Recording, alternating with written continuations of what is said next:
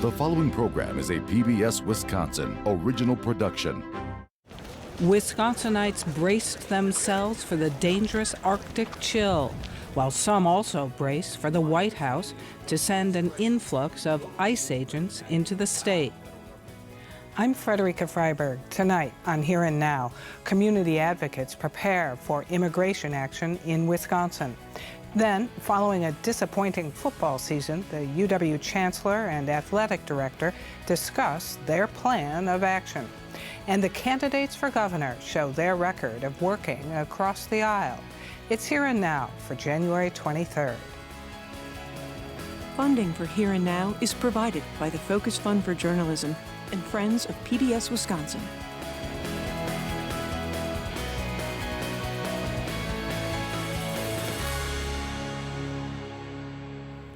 The surge of ICE and Customs and Border Control enforcement action across the border in Minnesota has resulted in the arrest of more than 3,000 people, according to the agencies, which say the operation there will continue. Will that kind of escalated force come here? Advocates for immigrants in Wisconsin believe Milwaukee will soon be a target. That includes Darrell Morin, the national president of Forward Latino. He joins us from the Milwaukee area. Thanks very much for being here. Well, thank you for having me here. So you have said that it's your and others' belief that ICE will undertake a widespread operation in Milwaukee. What information do you have that that's going to happen? Well, yes, over the last couple of weeks, there's been a growing consensus at all levels of government here in Wisconsin that pending dramatic change in priorities, there will be a large-scale enforcement action here in the state of Wisconsin. We're seeing that they have just under 3,500 agents up there in Minneapolis, and daily we see them coming into western Wisconsin, probing, detaining individuals, attempting to detain others, etc. And I think it's the firm belief of many that it's just a matter of time before they come all the way down to southeastern Wisconsin. And what would bring them to southeastern Wisconsin? Well, we know there's a huge population here in southeastern Wisconsin. Not too many people know this. Wisconsin, or Hispanics are the largest minority population in the state of Wisconsin. And there's obviously a tremendous population down here in the southeastern part, as well as in rural areas throughout the state, in our farms, in our dairies, et cetera. So everything we've heard is that there is sincere interest at the highest levels to come to Wisconsin. Do you think that the extent of what's unfolded in Minneapolis would happen in Milwaukee? Tragically, yes. As we've been working with our partners in Los Angeles, in New Orleans, in Charlotte, et cetera, we've seen these significant enforcement actions take place. And most troubling, most concerning about that is that individuals, for no probable cause, are being detained, are being threatened, in some cases being even assaulted. So it's a tremendous concern, not just for our immigrant population, but for Wisconsinites in general. I know that Milwaukee police policy is that they will not detain or arrest an individual solely for a suspected violation of immigration law, and President Trump has dubbed both Madison and Milwaukee sanctuary cities, although that is not an official kind of status. How does that factor into whether the administration surges in Wisconsin? Well, I think there's a lot of political calculations that are going into that, quite honestly. With regards to law enforcement's response, I tell you, those are discussions we're having every day. We only need to turn on the news to see what is happening in other places, as I mentioned, to U.S. citizens and immigrants alike, where their rights are being violated. And what we're going to be asking law enforcement to do here is to do their job. And if they see a resident of Wisconsin being assaulted, being unlawfully detained, we're going to ask them to intervene. They're here to protect us. And sadly, we're seeing our federal agents that are supposed to be doing the same, doing the opposite. So we're very concerned. I will also share this. As I speak with business leaders around the state, farmers, dairy farmers as well, there's a growing consensus that as a purple state, any kind of large-scale operation here in Wisconsin would actually cost more votes than win. Being a purple state, we're hoping the administration takes that into account before making the final decision to come here. To your understanding, how prepared are Milwaukee police and city leaders and others should Milwaukee become a powder keg?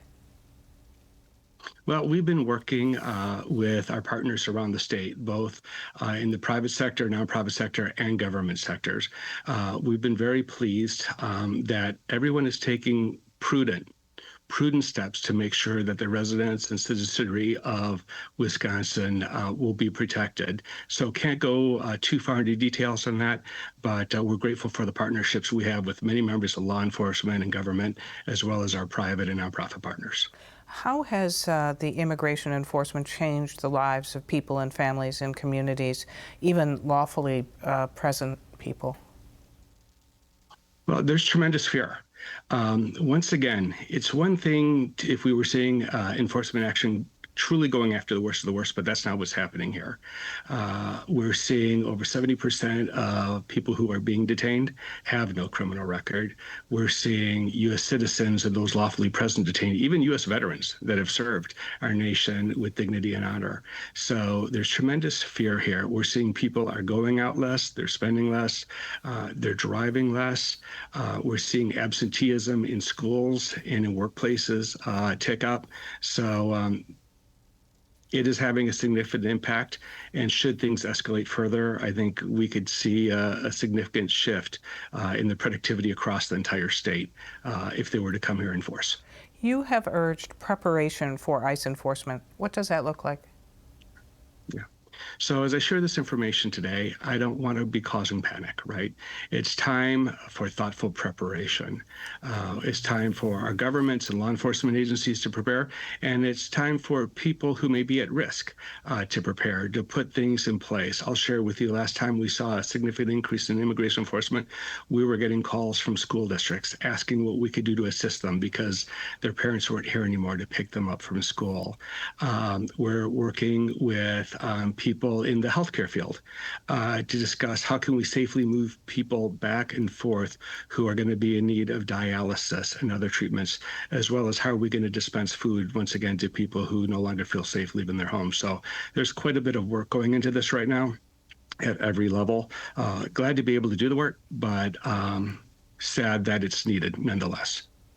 We leave it there. Daryl Morin, thanks so much. Thank you. In Milwaukee and across Wisconsin, K-12 schools were closed Friday due to extreme cold warnings. And in a rare move, UW-Madison and many other campuses across the state also canceled classes due to the cold. The National Weather Service issued the warnings with wind chill lows ranging from 40 to nearly 50 below zero in the far north.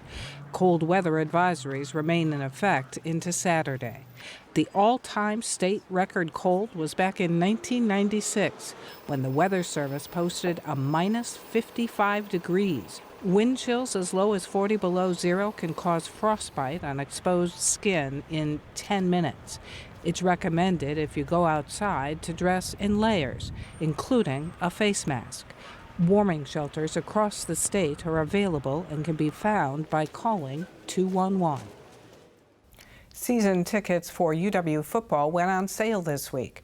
The Badgers are coming off consecutive losing seasons, and last fall, fans at Camp Randall were chanting to fire head coach Luke Fickell. The football program generates $60 million in profits each year to fund the entire athletic department, and a study last fall estimated a loss in fan support from a losing team could lead to more than $100 million of losses in state and local revenue. Earlier this week, Here and Now senior political reporter Zach Schultz sat down with UW Chancellor Jennifer Mnookin and Athletic Director Chris McIntosh to discuss the state of the football team and the ever-changing landscape of college athletics. Chancellor Mnookin, Athletic Director McIntosh, thanks for joining us, both of you. Thanks for having us. Great to be here. So, Chancellor, let's start with you. It's been a few months since we heard the students section chanting to fire the coach. What have you seen since then that gives you faith that the decision to keep the coach was the right one? Well, for one thing, we saw two pretty great victories after that moment against both Illinois and Washington. But more generally, I think that while last season's football performance wasn't what any of us would wish for, and it's what We have to do better than that. There's no question about that.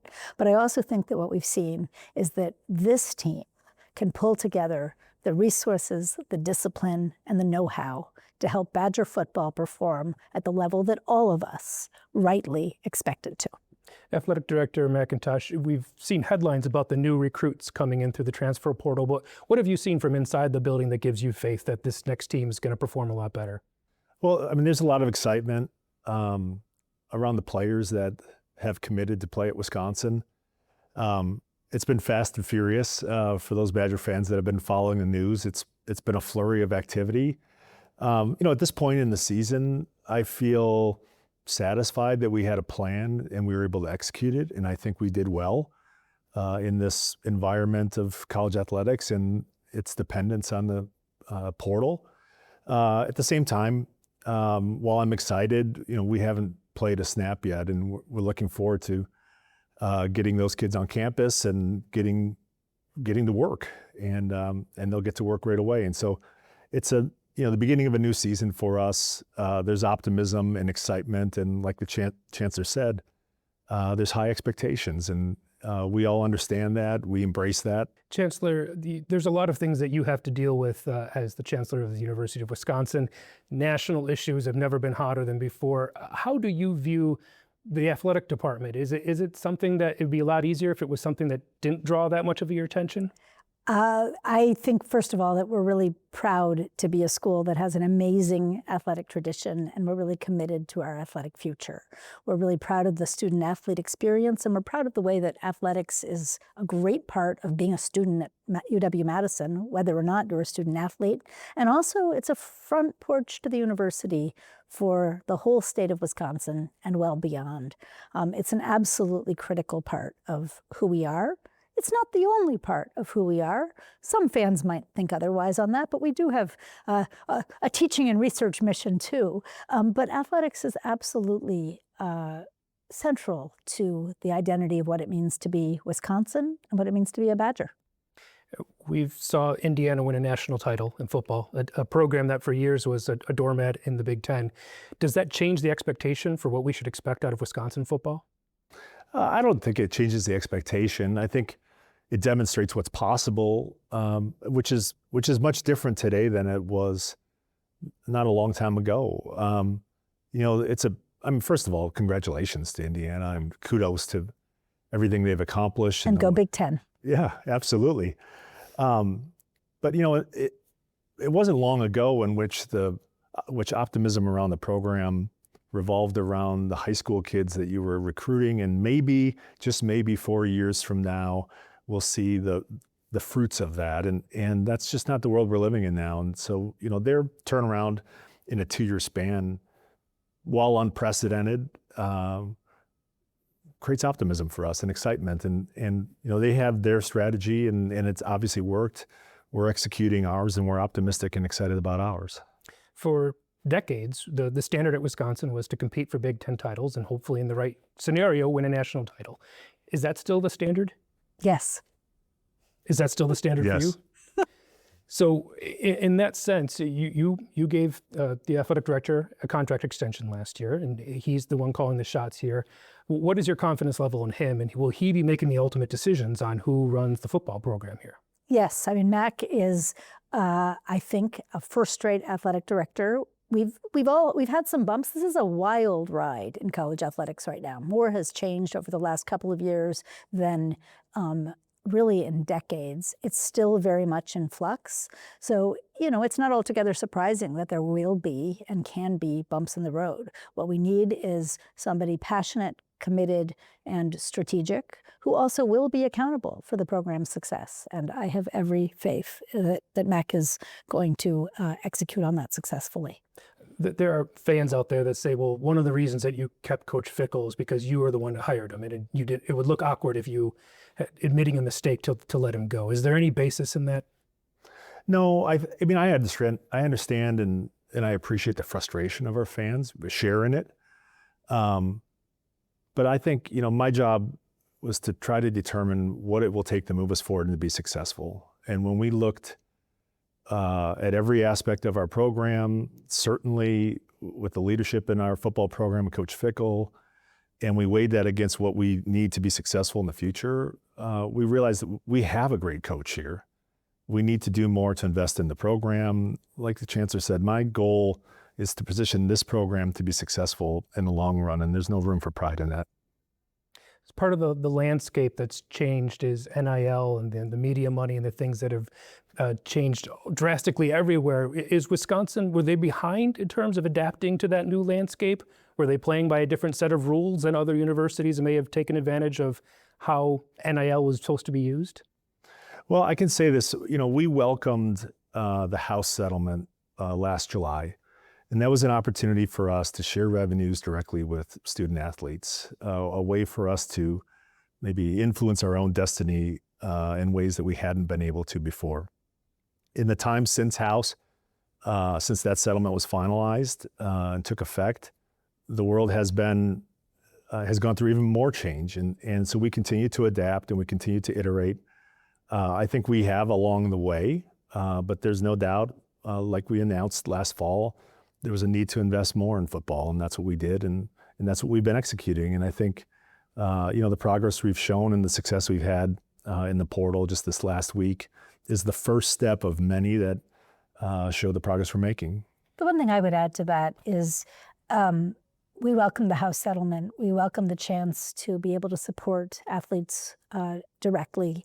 And I think we would both welcome, and I think frankly many schools would welcome, a system that did have clearer guardrails and greater clarity about what was and wasn't permitted. We are operating, all of us, in something of a Wild West right now. That's not the structural environment that I think is really ideal for the future success of college athletics. That's not a Wisconsin issue, that's not a Big Ten issue, that's not even an NC2A issue, that's now a national dynamic.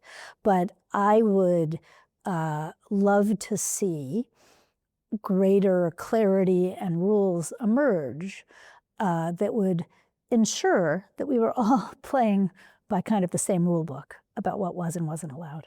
The Big Ten has been negotiating a deal with private equity brokers for a 10% stake in media rights. It's been rumored to be up to $2.4 billion. Do you support that deal? At this point, there's no deal under active consideration. As has been publicly reported, we were in conversations with actually a pension fund, not exactly private equity, about a minority stake in a new enterprise. I think that the question of how we can work together as a conference to ask, are there revenue and growth opportunities where we can come together to add collective value? I think that's a really important conversation for us to continue to have. As you travel and speak with alumni, do they bring up sports to you? Is that one of the... Sure, of course they do. And do they bring up the successes? I mean, is Yes. Wisconsin football, is that part of like some of the first and earliest conversations? I've had lots of conversations about Wisconsin football. I've had lots of conversations about other aspects of Wisconsin athletics. It's definitely something that alums talk to me about and sometimes make their feelings known in strong terms. And there's also a lot of people who believe in this institution and what we're trying to do, athletically and more generally. That's one of the incredible, really positive things about the Wisconsin culture and environment. Wherever you travel, there are Badgers everywhere, and there's usually Badgers with opinions and strong feelings and ideas. But whether they're happy with what you're doing or whether they're unhappy, that comes from a place of caring about the institution and its future and believing in it. And that's special sauce. That's something really wonderful. And bringing this full circle back to the football team and looking ahead to next year, there are people, we talked about what is the standard, but there are some people that I've talked to that said, well, it's got to be bowl or bust in terms of the success for the coach next year. Is that a sentiment that's fair for fans to have, that a winning record in a bowl season should be the minimum? I have high expectations for our coaches and our athletic director, and I understand that our fan base does as well. Is bowl or bust, is that a fair sentiment? I don't think our expectations have changed. And I think our intent is to compete at the highest level. I think, like I said, we've put a plan in place that we feel optimistic will will allow us to do that. Right now, usually the coaches from the fall get an extension on their contract, and it's usually announced somewhere in February or March. Will there be a one-year extension on Coach Fickell's contract? I think that's a conversation that we should take up in February. All right. Chancellor Mnookin, A.D. McIntosh, thanks for your time. Thanks so much for having us. And go Badgers. We're continuing our look at some of the biggest issues in the race for governor. As a reminder, you can see the interviews for 9 different candidates on our webpage, pbswisconsin.org, and then click on the News tab. Here's Zach Schultz asking the leading candidates for governor to show us their track record of bipartisanship and working across the aisle. With a Democratic governor and a Republican legislature, the last 8 years in Wisconsin politics have been defined by gridlock and a lack of trust in the Capitol. And whether a Democrat or Republican wins the race for governor this fall, there's a good chance the other party will control at least one chamber of the legislature, meaning the next governor will need to know how to work across the aisle to pass a budget. We asked 9 of the leading candidates for governor about their track record of bipartisanship. I'm incredibly proud to have passed the Asian American education legislation that was Republican-led, where we had stakeholders from all across the state, a coalition that was multi-generational and multi-ethnic, where Republicans and I came together to make sure we delivered for working class families and what they were demanding. Well, I have a long history, again, over 20 years of working with some of the most conservative Republicans to get things done, whether it's criminal justice reform, whether it's helping to pass the first pro-choice legislation in a generation, working with in a Republican anti-choice assembly and getting that passed into law, or just earlier this year, where I helped expand access to rural healthcare options by allowing nurse practitioners to practice. And for a long time, I was the only Democrat on that bill, and Governor Evers vetoed that bill several times. We finally got it done. So I have a long history of being able to work well with folks from across the political spectrum. So I've done bills when I was in the legislature and as well as in Congress working on a bipartisan basis, and we're going to try to do the same thing. The thing that I won't get away from is my principles, though. And number one is we got to make sure that we have balanced budgets. We cannot spend too much money. The second thing is we got to do a better job with our educational system, public, private, parochial, homeschool, whatever. Every kid in Wisconsin should expect to get a good education regardless of their zip code. Yeah, I mean, even out of office, I've been working with a bipartisan group on democracy reform because there are a lot of folks, sometimes both sides of the aisle, who, may make comments, may say certain things, or, we've seen these issues, obviously January 6th, but other instances where people call into question integrity of elections and campaigns. And with a bipartisan group, we've worked to instill more confidence in the electoral process. I would say I was confirmed twice by the Republican Senate unanimously as Secretary of Economic Development. And if you asked any of them, I believe that they would say they have a record of working with me. I would also say that I've had a bipartisan board at WEDC for 6 years. And in that whole time, we had 2 close votes. Other than that, the board was practically unanimous in many of our moves, approving our budgets, passing programs. So I have a mindset of working with everybody who is willing to come to the table and have good discussions and think about how do we make Wisconsin better. I think this has been one of the things I've been most critical of recently is the lack of communication between the East Wing and the legislative branches both. I mean, look back to the state budget process. The Democrat minority leader is critical of the Democrat governor for not even giving her a seat at the table in the conversation about the budget. Greta Neubauer and I probably don't agree on a whole lot. One thing we do agree on is everybody should have a seat at the table.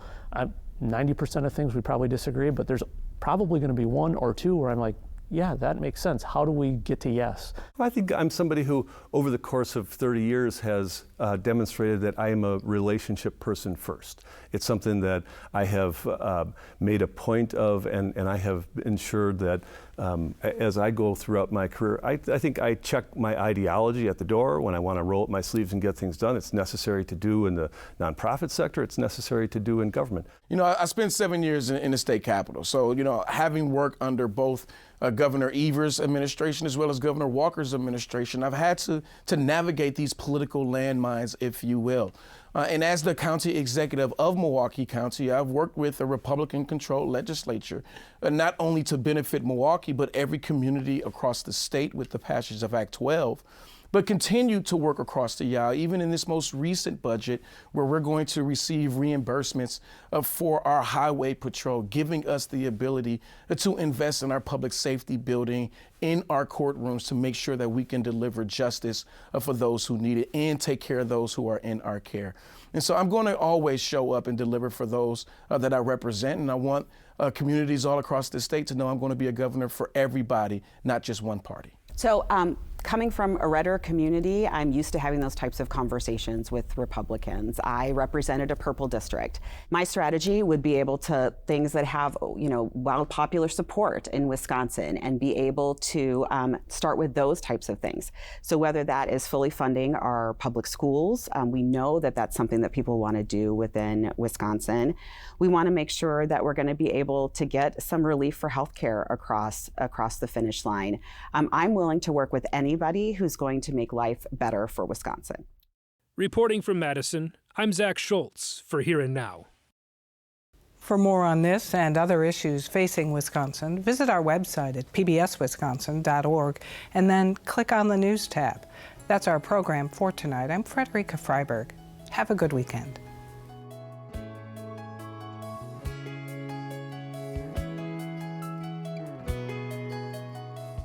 Funding for Here and Now is provided by the Focus Fund for Journalism and Friends of PBS Wisconsin.